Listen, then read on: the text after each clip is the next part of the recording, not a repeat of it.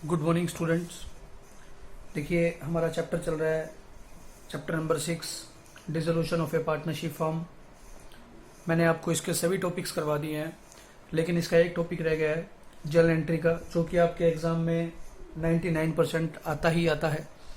या तो ये वाला क्वेश्चन आता है या इसके अलावा दूसरा, लेकिन मैक्सिमम टाइम ये क्वेश्चन आता है और इसको हमें बड़े अच्छे से करना ज़रूरी है।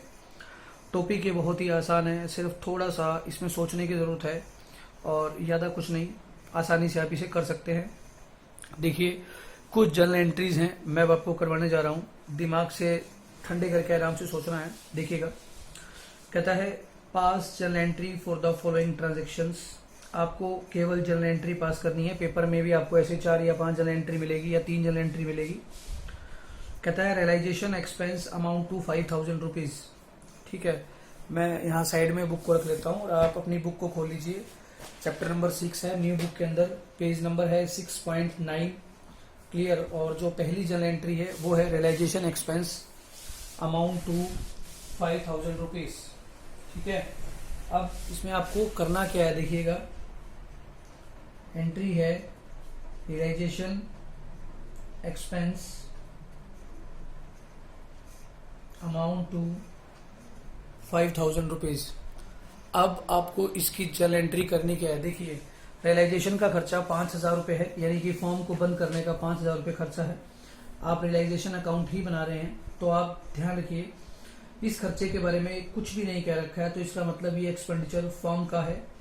ठीक है, और जब फॉर्म का खर्चा है तो आपको पता है रियलाइजेशन एक नॉमिनल अकाउंट होता है, तो डेबिट ऑल एक्सपेंसेस हम उस नाम से ही क्या कर देंगे, उसको डेबिट कर देंगे। ठीक है, तो आप क्या लिखेंगे, रियलाइजेशन अकाउंट डेबिट।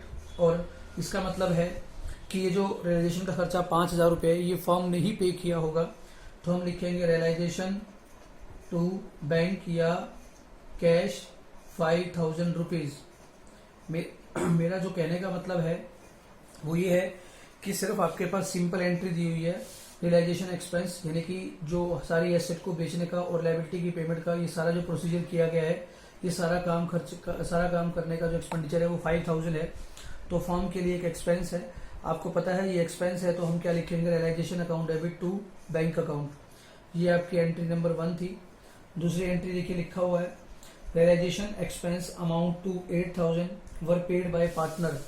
यहाँ एक नई बात आई है, समझिएगा बात को। Realisation expense amount to 8000, realisation करने का जो खर्चा है वो 8000 रुपये है, और यहाँ लिखा हुआ है वर paid by partner x. X कोई पार्टनर है, ठीक है, जो फॉर्म के साथ काम कर रहा था, उस बंदे ने ये सारा का सारा खर्चा क्या कर दिया, पे कर दिया।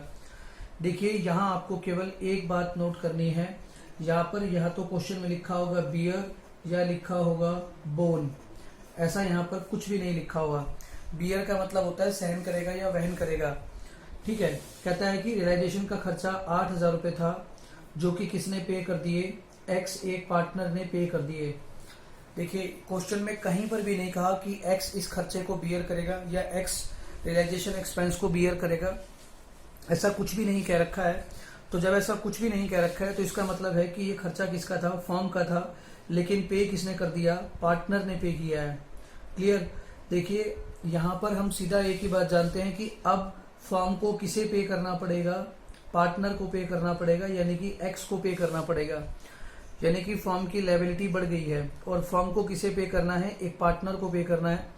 तो फॉर्म जब भी पार्टनर को पे करेगी, ठीक है, पार्टनर को पे करेगी, तो पार्टनर की कैपिटल क्या हो जाएगी, बढ़ जाएगी, यानी कि पार्टनर की कैपिटल क्या हो जाएगी, क्रेडिट हो जाएगी। और ये एक्सपेंडिचर किस चीज का था, रियलाइजेशन का था। आप सिंपल शब्दों में लिखेंगे कि रियलाइजेशन का खर्चा 8000 रुपये था, अगर फॉर्म पे करती तो रियलाइजेशन टू कैश करते, अगर पार्टनर ने पे किया है तो खर्चा अब भी फॉर्म का ही है, रियलाइजेशन ही डेबिट होगा।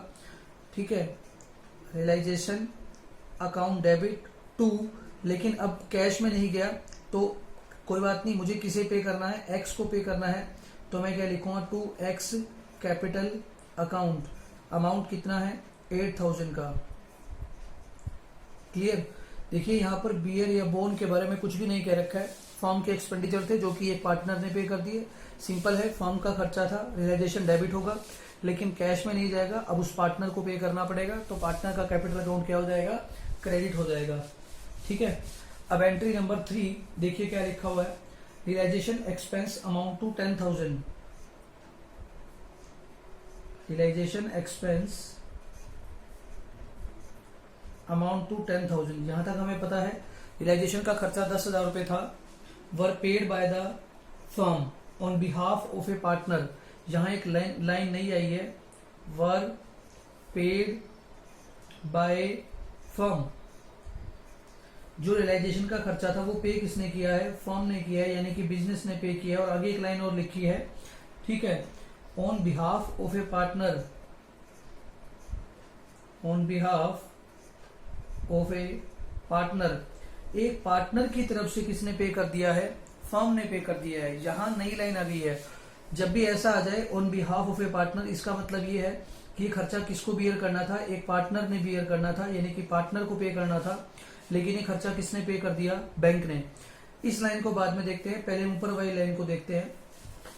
Realisation expense amount to 10,000, realisation का खर्चा 10,000 था। वर पेड बाय फर्म, जो कि किसने पे करे हैं, फर्म ने पे करे हैं। ठीक है, तो फर्म ने पे करे हैं, तो अब दिमाग में एक ही बात लेके चलना कि फर्म ने पे करे हैं, तो फर्म के पास से कैश चला गया, तो आप क्या लिखेंगे, टू बैंक अकाउंट। कितना पैसा चला गया, 10,000। अब हम देखेंगे कि ये एक्सपेंडिचर बियर किसने करना था। अगर ये एक्सपेंडिचर फर्म का ही होता तो मैं रियलाइजेशन को डेबिट कर देता, लेकिन किसने पे किया है, ये फर्म ने पे किया है on behalf of A partner, किसी पार्टनर की तरफ से, यानी कि ये खर्चा किसको बियर करना था, किसी पार्टनर को बियर करना था, और पे किसने कर दिया, फर्म ने पे कर दिया।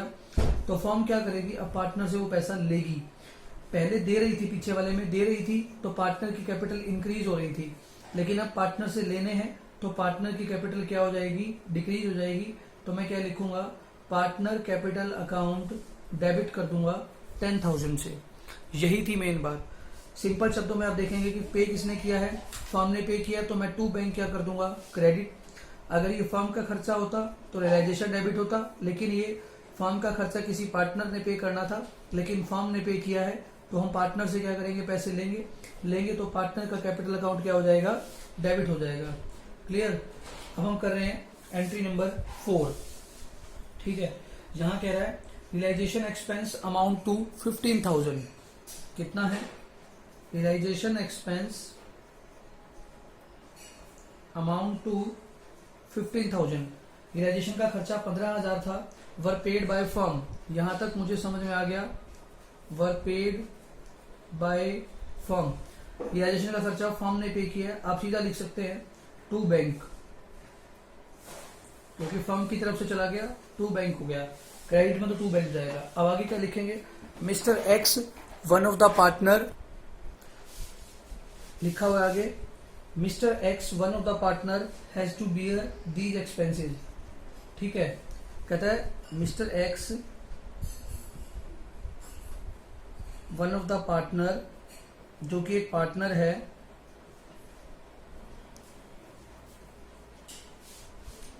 Has to bear these expense, has to bear these expense.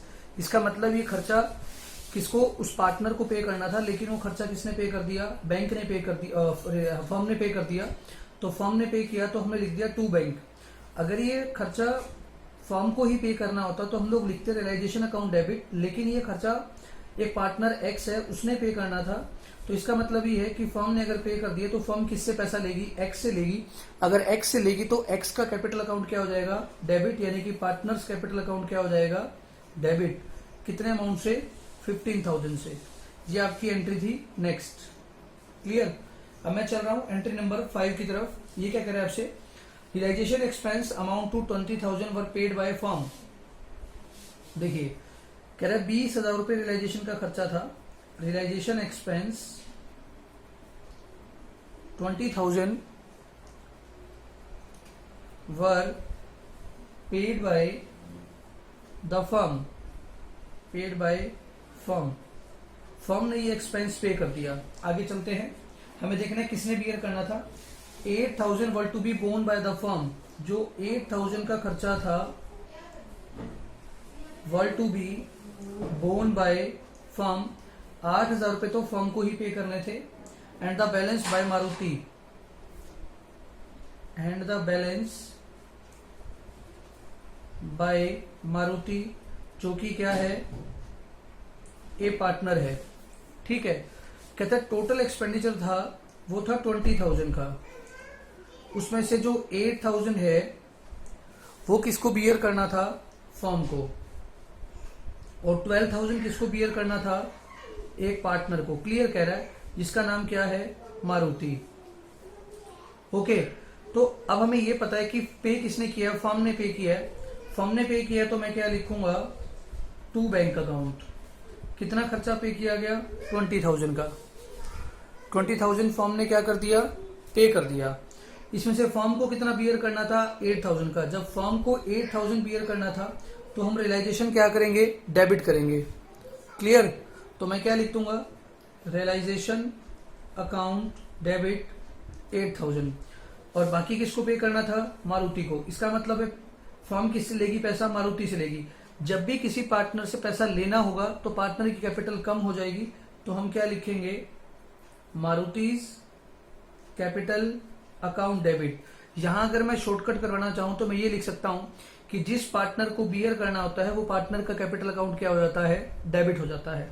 ठीक है, ओके। लेकिन उसकी दूसरी कंडीशन भी ये होती है कि खर्चा पे किया किसने है, ये भी ध्यान रखना होता है। उसके बारे में भी डिटेल बताएंगे भी आपको आगे साथ साथ। क्लियर, तो ये आसान तरीका था।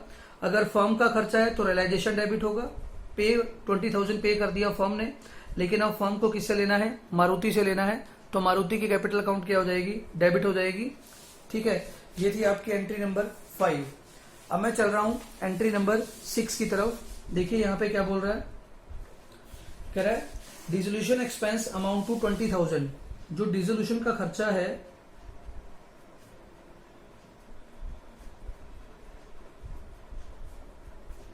Amount to 20,000। ठीक है, 8,000 were to be borne by the firm. ये कह रहा है कि 8,000 were to be borne by the firm. Clear बोल रहा है, कौन बोन करेगा, borne by the firm, and the balance by Maruti a partner, and the balance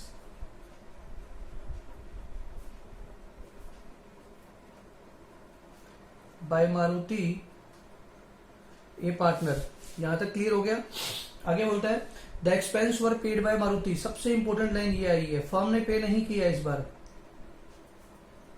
the expense were paid by Maruti. जी हाँ, देखिए एंट्री बहुत बड़ी हो गई है। आप क्या करें, बिल्कुल पहले वाले तरह पार्ट बना ले कि 20,000 का एक्सपेंस था भाई टोटल में, 8,000 किसने बोन करना है, फर्म ने बोन करना है, और 12,000 किसने बोन करना है, मारुति ने बोन करना है। ठीक है, अब जो पीछे वाला क्वेश्चन था उसमें पेमेंट किसने की थी, फर्म ने की थी। ठीक है, लेकिन यहां पेमेंट किसने करी है, मारुति ने करी है। एक बात का ध्यान रखना, जब बोन बाय पार्टनर और पेड बाय पार्टनर यानी कि बीपी और पीपी आ जाए, borne by partner and paid by partner आ जाए, भाई बोन भी मारुति ने करना था और पे भी मारुति ने किया, तब उस केस में कोई भी एंट्री नहीं होगी। क्लियर बता रहा हूं। देखिए अब टोटल कितना था 20,000 का, लेकिन यहां पर 12,000 रुपए मारुति ने पे बोन करने थे। ठीक है, लेकिन यहाँ टोटल 20 की 20 पे किसने करे हैं, मारुति ने पे करे हैं। तो इसका मतलब बोन बाय मारुति एंड पे बाय मारुति 12,000 आ गया। तो 12,000 मैंने यहां से क्या कर दिया माइनस, तो रिमेनिंग क्या रह गया 8,000। ये खर्चा किसने पे किया है, मारुति ने पे किया है। टोटल 20 पे किया था ना, तो हमें केवल किसका हिसाब लिखना है, बाकी 8,000 का लिखना है। तो इस केस में मैं क्या लिखूंगा, क्योंकि मारुति ने पे किया है तो मारुति की कैपिटल अकाउंट बढ़ जाएगी, जैसे कि हमने दूसरी या तीसरी एंट्री में किया था। टू मारुति कैपिटल अकाउंट 8,000, क्योंकि फर्म को किसे पे करना है, मारुति को।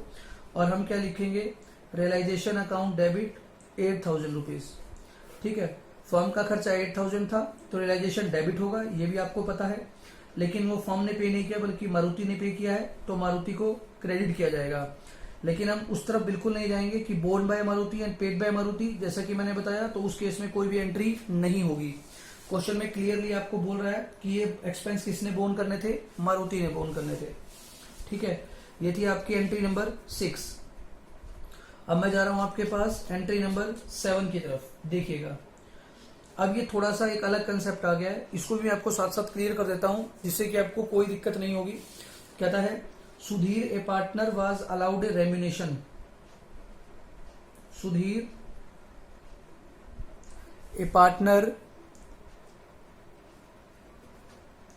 वाज अलाउड रेम्यूनेशन, या आप सैलरी बोल सकते हो, कमीशन भी बोल सकते हो।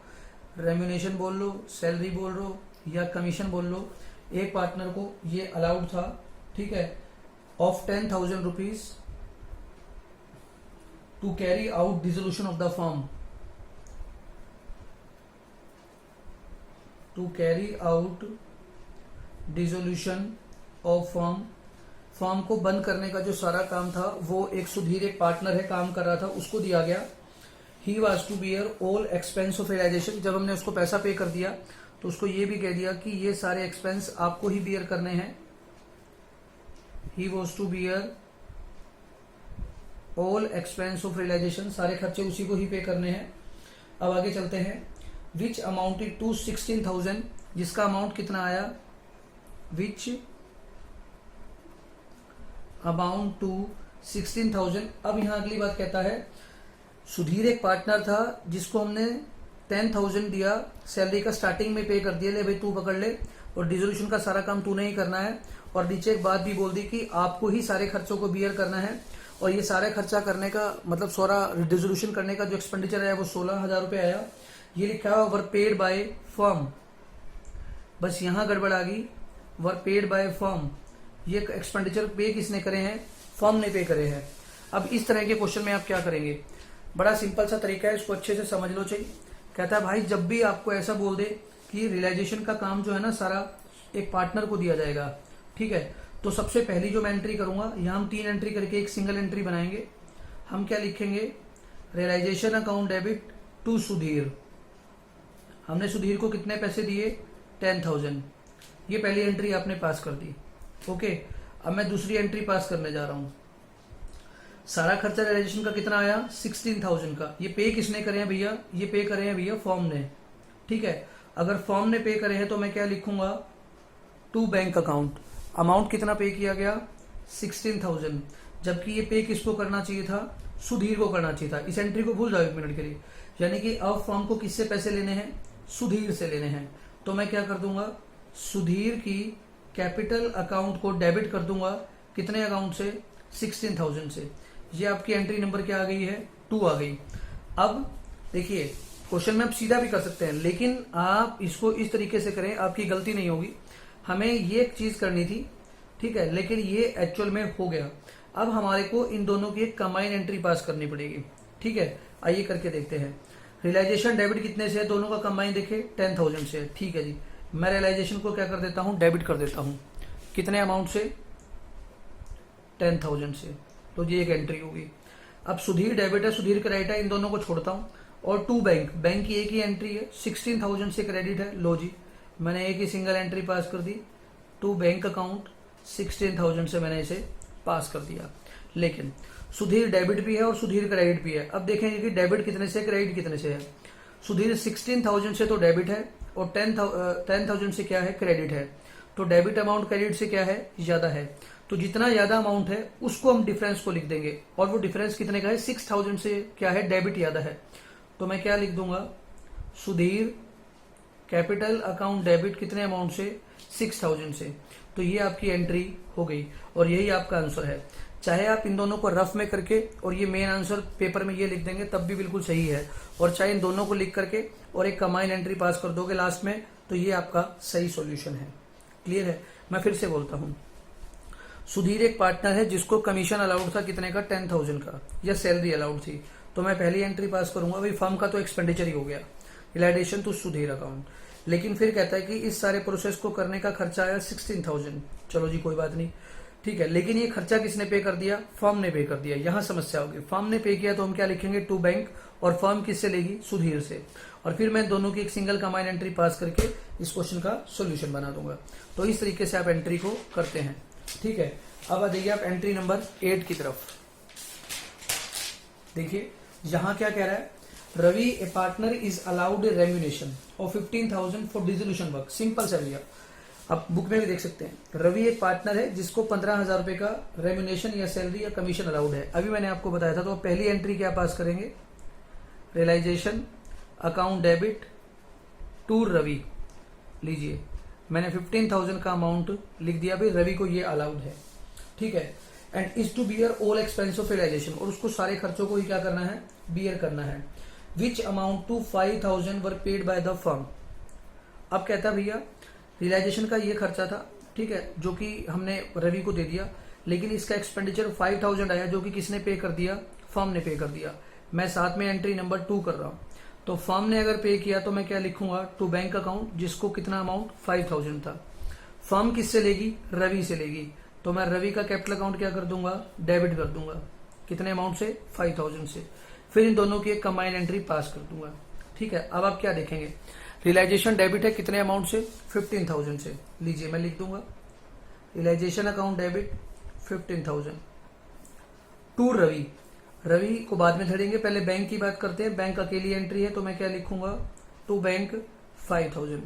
अब रवि क्रेडिट 15,000 से है और डेबिट कितने से है? 5,000 से है। तो क्रेडिट कितने अमाउंट से ज्यादा है? हम डिफरेंस को चेक करेंगे। डिफरेंस देखा 10,000 है, तो जो है उसको हम क्या कर देंगे? क्रेडिट, क्योंकि 10,000 से ही फालतू क्या है? क्रेडिट है।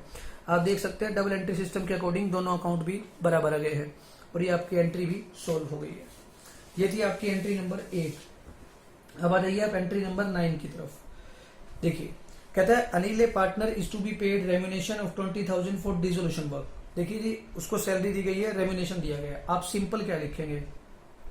रियलाइजेशन टू अनिल, कितना अमाउंट है जी? अमाउंट है 20,000 का। लो जी, मैंने ये अमाउंट लिख दिया। ठीक है, आगे कह रहा है रियलाइजेशन का खर्चा 7,500 था वर paid by the firm. Firm ने पे किया मेरे भाई, ध्यान रखना। तो मैं क्या लिखूंगा? ये एक ही एंट्री चल रही है, टू बैंक अकाउंट 7,500। लेकिन आपने क्वेश्चन में देखा यहां पर कहीं भी नहीं लिखा हुआ कि इसको बियर कौन करेगा। जब कुछ भी मेंशन ना हो तो इसका मतलब ये मान के चलेंगे कि ये फर्म का ही खर्चा था, यानी कि फर्म ने 2 बार खर्चा पे कर दिया। ठीक है, तो हम अब भी यहाँ क्या लिखेंगे? रियलाइजेशन अकाउंट डेबिट को 7,500 से क्या कर देंगे? डेबिट कर देंगे। क्यों डेबिट करेंगे? क्योंकि यहाँ पर अनिल बियर करने के बारे में कुछ नहीं कह रखा। अगर अनिल के बियर करने के बारे में कह रखा होता तो मैं अनिल को डेबिट करता 7,500 से और फिर इसकी एक और तीसरी एंट्री कंबाइंड एंट्री पास करता। लेकिन यहाँ कुछ कह ही नहीं रखा, तो फर्म ने एक बार अनिल को पे कर दिया और एक बार बाहर पे कर दिया। तो अगर मैं इन दोनों की कंबाइंड एंट्री पास करता हूं तो क्या लिखूंगा? Realisation account debit 20,000 plus 7,500, 27,500 to Anil. Anil को कितने पे करे? 20,000 के। और टू बैंक, फर्म ने बाहर कितना पैसा पे किया? 7,500 का। ये थी आपकी एंट्री। क्लियर? अब मैं एंट्री नंबर पास कर रहा हूं 10। ठीक है, एंट्री नंबर 10 में क्या कह रहा है? Sunil a partner is to paid remuneration, यानी कि सुनील को फिर से 25,000 रुपए रेम्यूनेशन पे करेंगे। तो आप क्या लिखेंगे? Realisation to Sunil 25,000। आगे लिखा हुआ है realisation expense amounted to 9,000 were paid by him. और वो खर्चा किसने पे किया? सुनील ने पे करा। लेकिन फिर से देखो, सुनील ने पे करा है तो इसका मतलब ये है कि सुनील ने पे किया तो फर्म को सुनील को पे करना पड़ेगा। तो हम क्या लिखेंगे? टू सुनील 9,000। लेकिन यहां पर ये कहीं नहीं कह रखा कि ये खर्चा बियर कौन करेगा। तो इसका मतलब है ये एक्सपेंडिचर किसका था? फर्म का था। तो मैं फिर से एक बार रियलाइजेशन अकाउंट को क्या कर दूंगा? डेबिट कर दूंगा। कितने अमाउंट से? 9,000 से। और मैं इन दोनों की कंबाइंड एंट्री पास करूंगा और यहाँ क्या लिखूंगा? Realisation account debit 25,000 plus 9,000, total 34 से डेबिट है। और टू सुनील को क्या कर दूंगा? 34 से क्रेडिट कर दूंगा। क्योंकि यहाँ पर ये कहीं कहा नहीं है कि एक्सपेंडिचर बियर कौन करेगा। इसका मतलब ऊपर भी फर्म बियर करेगी और नीचे भी, और टोटल एक्सपेंडिचर ये एक सिंगल एंट्री आपकी पास हो जाएगी। ठीक है, अब आपकी लास्ट एंट्री है एंट्री नंबर 11। देखिए यहाँ पे क्या कह रहा है? ये कहता है Vijay partner paid realization expense of 10,000 and these were to be borne by him. Simple कह रहा है, Vijay a partner paid remuneration realization expense. Vijay एक पार्टनर है, उसने रियलाइजेशन का खर्चा पे किया 10,000 और ये बियर भी उसको करने थे। मैं पहले ही बता चुका हूं, जब paid by partner and bear by partner same हो तो उसकी कोई भी एंट्री नहीं होती है। तो इस तरीके से आप अपने सभी क्वेश्चंस सॉल्व कर सकते हैं। तो अब इस तरीके से आप इस चैप्टर के सभी क्वेश्चंस कर सकते हैं। क्वेश्चन नंबर 2nd, 3rd और 4th भी हो जाएगा आपका, और 31 के बाद आपके 42 तक जितने भी क्वेश्चन बचते हैं वो सभी जनरल एंट्री के हैं, जो कि आप सॉल्व कर लेंगे। ठीक है।